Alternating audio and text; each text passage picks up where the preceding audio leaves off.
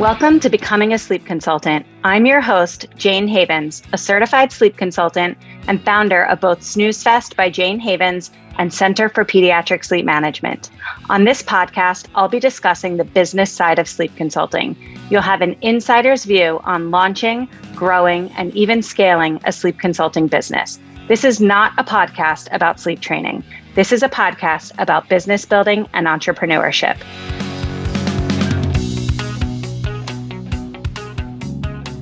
Today, I want to share some thoughts about what I see constantly. I'm in Facebook groups every day. I'm in professional communities. I'm reading posts, comments, questions, and messages from women who are just trying to hold it all together. And the question that I see over and over and over again is some version of this. What can I do professionally that will allow for work-life balance? Sometimes it's framed softly, sometimes it's desperate. Sometimes it's almost apologetic, like they're afraid to even want more than what they have. And what I see underneath that question is not laziness or entitlement. It's some level of exhaustion. These women are stretched thin. These are women who are giving and giving and giving at work and at home, and they have nothing left for themselves.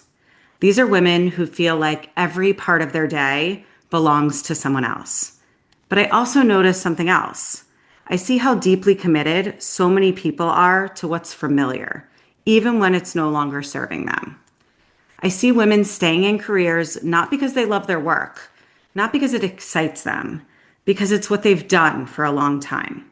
Teaching, healthcare, corporate roles, professions they've invested decades into. And again, I want to be clear, I'm not judging this. I actually totally understand it. There's safety in familiarity. There's identity wrapped up in long careers. There's fear in starting over. And there's this real grief that can come with letting go of something you once really cared about. But I'll be honest with you, watching women talk themselves into staying small breaks my heart, because I do not believe most people are actually truly stuck. I believe they've learned to tell themselves that they are. I know that my brain works differently, and I think that some of this is how I was raised. I grew up knowing that if something in my life was not working, there had to be another way. That doesn't mean that the way was obvious. It doesn't mean that the way was easy. It just means I never accepted that nothing could change. I've never allowed myself to feel stuck. Before I had children, I worked in catering sales. It was demanding, fast-paced, very intense. I worked nights, weekends, holidays, long hours. There were very high expectations. I worked incredibly hard in that field for about 10 years. And I was very good at it. I built a wildly successful career at a very young age. And on paper, it looked like something I should be very, very proud of. But also, that job was not compatible with the life I wanted as a mother. When my son was born, I made a decision that felt very obvious to me and very confusing to others. I walked away. I said goodbye to a career that I had invested a decade into because I did not want to be the mom who was always working.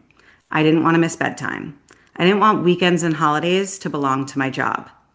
I understand that there was a level of privilege baked into that choice. We were able to make it on one income for a period of time. I had support. I know not everyone has that. But here's what I didn't do. I didn't say, well, I guess this is just how it has to be now.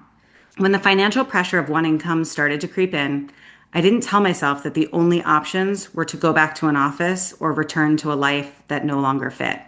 I knew what I did not want. I did not want a 9-to-5. I did not want to commute. I did not want to build my life around someone else's expectations. So instead of shrinking my life to fit a job, I decided to build work around my life. That was a choice. And it was not a passive one. For me, sleep consulting became that vehicle. And it gave me flexibility, autonomy, and control over my time. It allowed me to work from home. It allowed me to choose when I wanted to work and when I didn't. It allowed me to be present for my kids in a way that aligned with my values. But I want to be very intentional with how I say this. Sleep consulting is what worked for me. It's certainly not the only path. There are many ways to build a life with more balance, more flexibility, and more agency. What matters more than the profession itself is the willingness to believe that you have options. Let me give you a real snapshot of what my day is going to look like today. This morning, I dropped my kids off at school at 8 a.m. And after that, I stopped at the pharmacy to pick up a prescription and ran into Target because my daughter needs more cornstarch for slime. Normal, real stuff going on over here. I'm recording this podcast now, and then from 10 to 12:30, I have client calls and meetings. After my meetings, I'm headed to lunch with a nonprofit event committee. I was asked to be on the committee to help organize their 10th anniversary celebration. And I said yes, not because I had to, but because I could and I wanted to. From 2 to 3 p.m., I have a tennis lesson, right smack dab in the middle of the day on a weekday. And after that, I'll pick something up for dinner and I'll be in carpool line by 3:45. The afternoon will be filled with making slime, helping with homework, the usual winding down for bedtime routine. And tonight, I may or may not open my laptop and write a sleep plan or two. I guess that depends on how my calls go later this morning. But this is what work-life balance really looks like. It's not perfection, it's not endless free time, but it is autonomy. And none of this happened by accident. No one handed me this life. No one told me exactly what steps to take. And no one guaranteed that it would work. I built this intentionally over time. But here's the part that people don't always want to hear. You don't get this without effort. You have to decide that you want it badly enough to try. You have to be willing to be uncomfortable in the beginning. You have to be willing to learn something new and believe in yourself before you have proof that it's going to work. It takes grit, it takes persistence, it takes patience, and it takes a real commitment to your own well-being. People often ask me if there was ever a moment I almost quit. And the honest answer is no. Quitting does not occur to me. It never has. That does not mean that I never feel overwhelmed, because I do. It doesn't mean that I never slow down, because I do. And it doesn't mean that I never take breaks or take a step back when I need to.